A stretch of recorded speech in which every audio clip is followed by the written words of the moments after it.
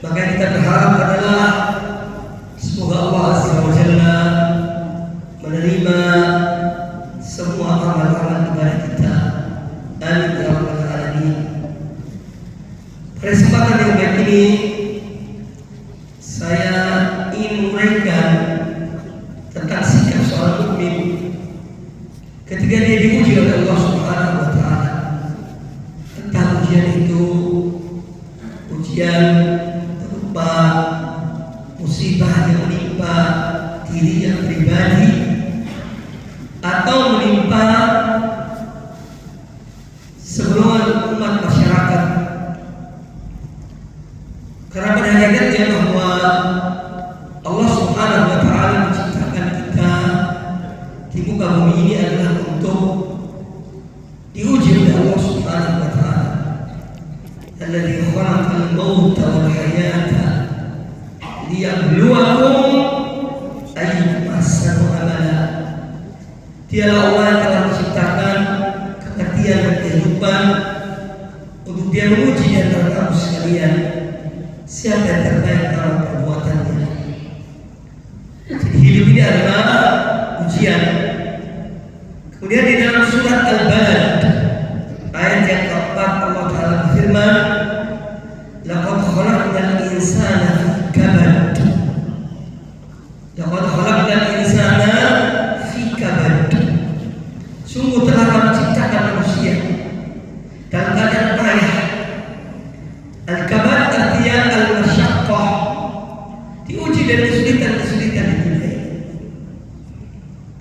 Ini pernyataan Allah Subhanahu wa taala, khaliqun nas wa khaliqu kulli syai', yang telah menciptakan manusia dan menciptakan segala sesuatu. Kemudian juga Allah Ta'ala berfirman dalam surat Al-Ankabut ayat yang kedua dan ayat ketiga, ahasiban nasu an yutraku an yaqulu amanna wa hum la yuftanun. Apakah manusia mengira bahwa mereka dibiarkan mengatakan sesungguhnya kami telah beriman sedang mereka tidak diuji? Apa mereka mengira demikian? Walaqad fatanna alladziina min qablihim, sungguh telah kami uji orang-orang sebelum mereka. Fala ya'lamanna Allahu alladziina shadaqu wa la ya'lamanna al-kadhibin. Maka dari ujian itu Allah mengetahui siapa orang-orang yang beriman, yang jujur dalam imannya, dan siapa orang-orang yang dusta dalam imannya. Jadi di antara hikmah ujian itu adalah untuk membedakan antara orang mukmin yang benar-benar beriman kepada Allah dan orang munafik yang hanya menampakkan keimanannya namun dia menyembunyikan kekufurannya dalam hatinya. Jadi hidup ini adalah ujian. Kita melihat atau membaca, mendengar banyak keluhan sebagian manusia dengan keadaan ekonomi yang tidak baik-baik saja. Dolar melejit dan banyak komentari di medsos dan yang lainnya dari hal-hal yang merupakan apa yang dibicarakan oleh sebagian masyarakat. Maka dalam kondisi demikian, kewajiban kita adalah mengingatkan umat, mengingatkan kaum muslimin bahwa mereka memiliki Allah Subhanahu wa taala, Allah yang mengatur segala sesuatu. Dia yang menaikkan harga dan Dia yang menurunkan harga. Itu Allah Subhanahu wa taala. Sebagaimana dalam hadis Nabi sallallahu alaihi wasallam, "Innallaha wa musa'ir." Sesungguhnya Allah Dialah yang menentukan harga. Jadi terkadang naik, terkadang turun. Hadis ini disebabkan karena apa? Ketika harga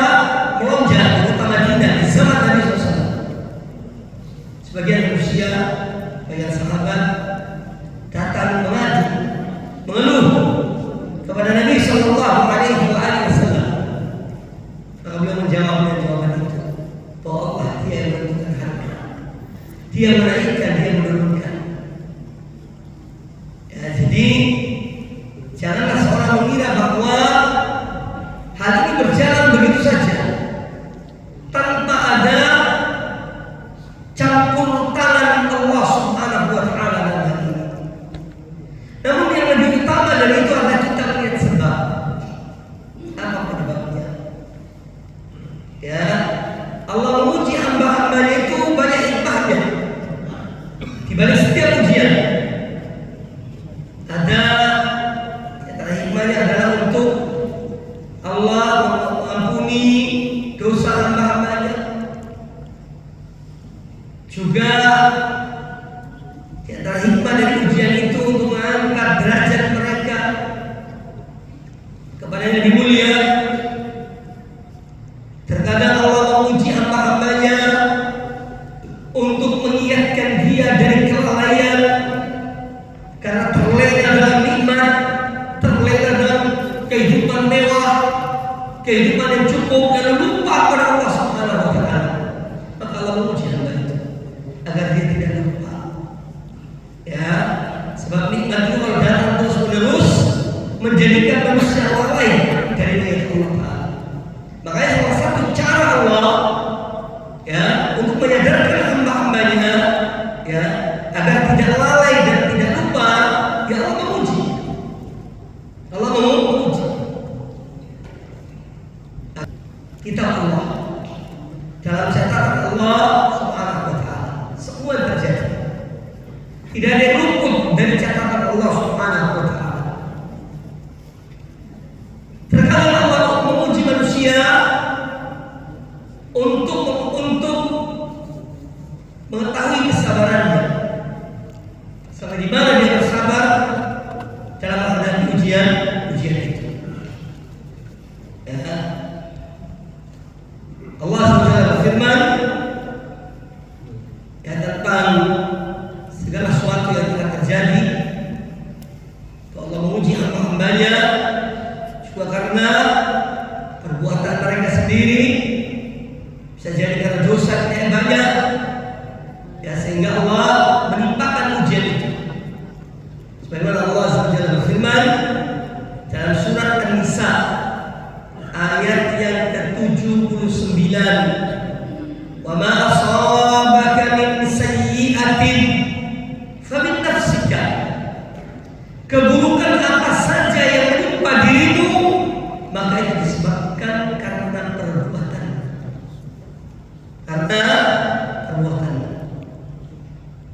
Kemudian juga Allah Subhanahu wa taala berfirman dalam surat Asy-Syura ayat yang ke-30, wa ma asabakum min musibatin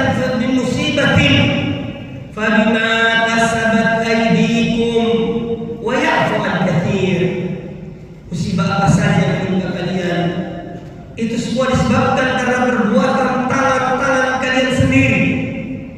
Wa ya'fu an katsir, dan Allah telah banyak memaafkan. Jadi bandingan antara ujian yang Allah berikan kepada seorang hamba atau kepada suatu kaum dengan pemaafan yang Allah maafkan mereka dari kesalahan-kesalahan mereka, itu lebih banyak maafnya.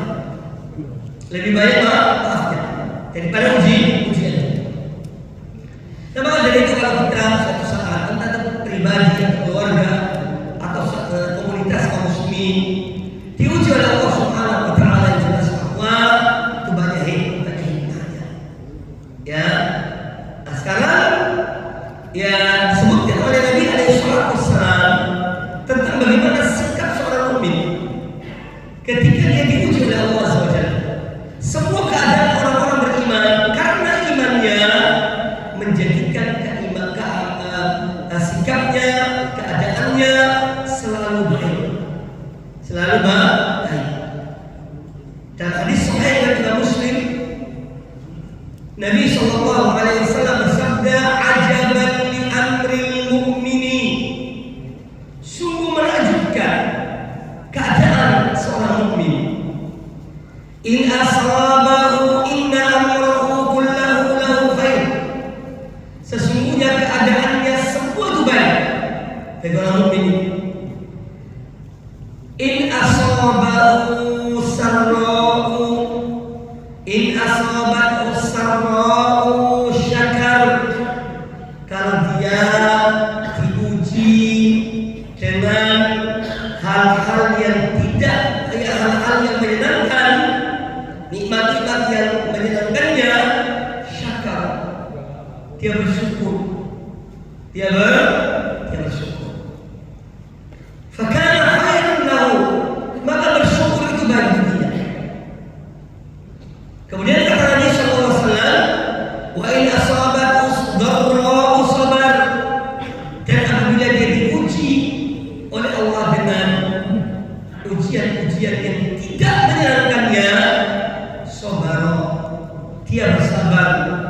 Fakana khairan lahu, maka kesabaran itu baik baginya. Ma'asyar muslimin rahimani wa rahimakumullah, kita ini hidup di dunia ini, selama masih hidup di dunia ini, kita tidak bergeser dari di antara dua kutub, kutub nikmat dan kutub ujian. Lepas dari ujian dapat nikmat, lepas dari nikmat dapat ujian. Itu kehidupan dunia ini sampai mati. Makanya Imam Ahmad bin Hanbal rahimahullah taala, salah seorang murid dari Imam Syafi'i rahimahullah, pernah ditanya oleh muridnya, "Ya Imam, kapankah seorang mukmin itu beristirahat?" Apa jawaban Imam Ahmad atas pertanyaan kapankah seorang mukmin itu beristirahat? Kata Imam Ahmad bin Hanbal rahimahullah taala, orang mukmin itu beristirahat pada langkah pertama kakinya masuk surga, itu istirahat orang mukmin. Ya, pada langkah pertama kakinya masuk surga, itulah istirahat orang mukmin. Jadi hidup ini ujian. Hadapi dengan tenang, hadapi dengan penuh tawakal kepada Allah Taala. Tapi tawakal tidak berarti kemudian tidak berbuat sesuatu. Ya, tawakal dan berbuat sebab. Ya, tawakal tanpa perbuatannya juga bukan tawakal namanya. Tidak berbuat sesuatu, memperbaiki diri kita, ya, memperbaiki amal-amal ibadah kita, berbanyak berdoa kepada Allah Taala. Ya, jadi hadapi semua kehidupan ini dengan penuh keyakinan kepada Allah SWT, bahwa ada yang mengatur, yaitu Allah Subhanahu wa Ta'ala. Dan para ulama menyebutkan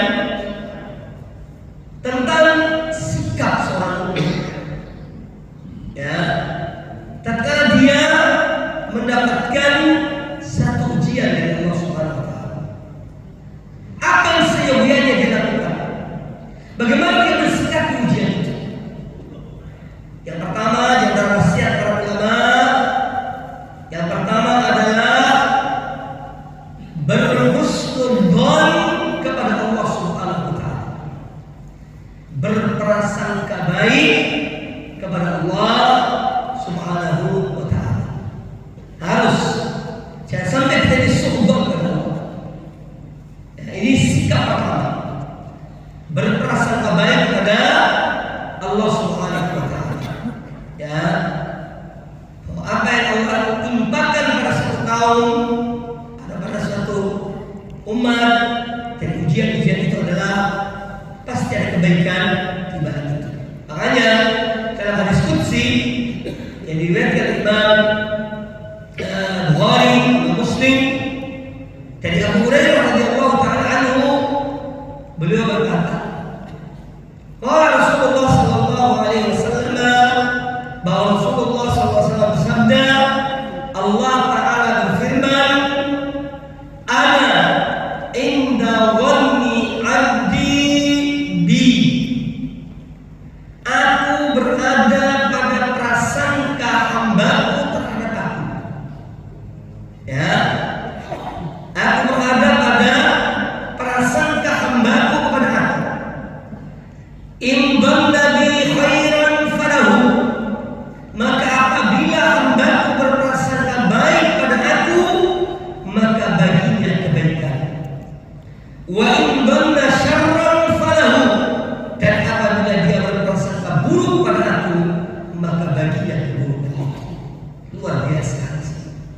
Ya, hadis yang menjadikan seorang mukmin semakin yakin kepada Allah Ta'ala dan berprasangka baik kepada Allah Subhanahu wa Ta'ala.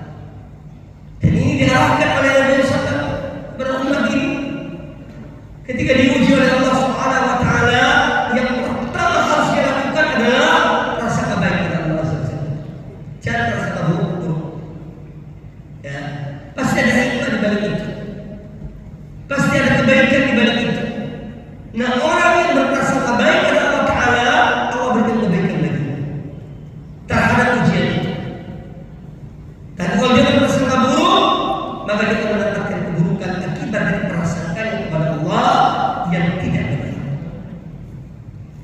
Dan orang beriman harus tetap berprasangka baik kepada Allah Subhanahu wa Ta'ala. Ma'asyiral muslimin rahimani wa rahimakumullah. Dan prasangka baik ini, jadi prasangka baik kepada Allah Azza wa Jalla, hendaknya selalu menyertai diri kita sebagai seorang muslim yang beriman kepada Allah Ta'ala. Kita harus selalu berprasangka baik kepada Allah Subhanahu wa Ta'ala dalam semua keadaan kita. Keadaan sulit, keadaan lapang, ya. Sertailah setiap keadaan kita itu dan prasangka baik kepada Allah Subhanahu wa Ta'ala. Ya, dan semua keadaan yang kita hadapi, yang kita alami, baik maupun buruk, hendaknya selalu kita berprasangka baik kepada Allah Subhanahu wa Ta'ala. Karena Allah yang mengatur. Ya, Allah mengatur segala sesuatu di alam semesta ini. Dari yang paling kecil sampai yang paling besar diatur oleh Allah Subhanahu wa Ta'ala.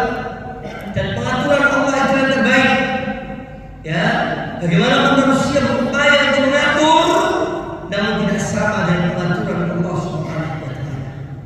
Bukankah orang-orang kalau menyusun program akan bekerja, akan berupaya sampai sekian tahun akan ini dan itu yang direncanakan, ya, terkadang banyak gagal, terkadang tidak sesuai dengan apa yang dia atur, ya.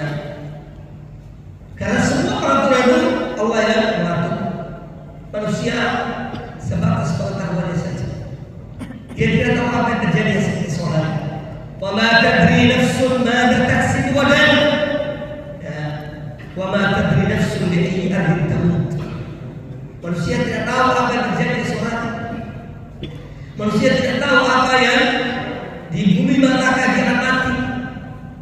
Ya, yang mengetahui Allah Subhanahu wa Ta'ala. Maka husnudzon pada Allah Azza wa Jalla ini adalah perilaku yang amat mulia dari seorang mukmin. Ya, husnudzon pada Allah Azza wa Jalla. Dan ketahuilah bahwasanya kalau bicara masalah rezeki, ya, bahwa jiwa ini, setiap jiwa tidak akan mati sebelum habis rezekinya. Ya. Setiap jiwa tidak akan mati meninggalkan dunia ini sebelum habis rezekinya. Selama masih ada rezekinya, dia akan tetap hidup di bumi. Kalau habis rezekinya baru cabut. Selesai. Ya, jangan khawatir. Ya, rezeki Allah ngatur. Yang penting bagaimana kita diperintahkan mencari rezeki yang halal, dengan cara yang baik, cara yang halal, tidak menipu, ya, tidak curang, ya, dan seterusnya. Selebihnya serahkan kepada Allah Ta'ala. Dalam hadis yang lain, kata Nabi alaihi salatu wassalam, Subhanahu. Kemudian yang kedua, yang antara hal yang patut kita sikapi dengan baik, ya, ketika kita mendapatkan satu ujian dari Allah Subhanahu wa Ta'ala. Yang kedua adalah al-iltija'u ila Allah wal intisab. Harus selalu kembali kepada Allah dan berpegang teguh kepada Allah Subhanahu wa Ta'ala, bersandar kepada Allah SWT. Ya. Nabi SAW ketika seorang mengalami kesulitan, itu diajarkan doa, ya, doa karbi, doa di saat kesulitan. Kita disuruh banyak bacanya. La ilaha illallah al-azimul halim, la ilaha illallah rabbul arsh, rabbus samawati wal ard, wa rabbul arsh azim. Itu di antaranya, ya.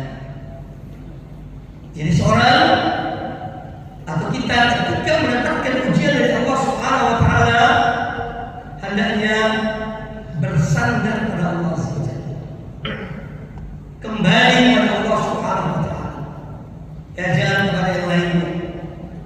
Dan tidak sedikit di antara kaum muslimin, semoga Allah berikan hidayah kepada mereka, kalau mendapatkan kesulitan larinya ke kuburan, mintanya di kuburan. Subhanallah. Walaupun mungkin berbeda-beda orang yang datang ke kuburan itu macam-macam. Ada yang betul-betul ziarah, yang untuk mendoakan orang yang meninggal, ya, kemudian diambil pelajaran dari kematian untuk mempersiapkan dirinya, dan itu disyariatkan. Ziarah kubur yang disyariatkan adalah untuk kita mengingat akan kematian.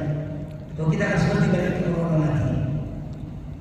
Kemudian untuk kita mendoakan mereka orang yang meninggal. Ada orang ziarah kubur itu untuk berdoa kepada Allah, ya, di tempat itu dengan keyakinan bahwa doa di tempat itu lebih cepat terkabul daripada tempat lain. Ada seperti itu. Dia minta pada Allah, bukan karena orang mati, di doa di situ yang lebih terkabul. Nah, ya. Ini perlakuan sebagian orang. Dia tetap minta pada Allah, cuma punya keyakinan kalau aku doa di tempat ini, doanya lebih cepat terkabul. Doa itu di mana saja. Selama kita berdoa di waktu-waktu yang mustajab, ya, mohon dan ikhlas pada Allah Ta'ala, Allah akan memberikan, ya. Kemudian yang ketiga, ada sebagian orang datang ke kuburan meminta pada orang mati. Ini yang syirik besar, tak boleh, ya. Ini syirik besar. Jadi bukan minta pada Allah dan minta pada penghuni kubur itu. Ini syirik besar, ya, harus bertobat.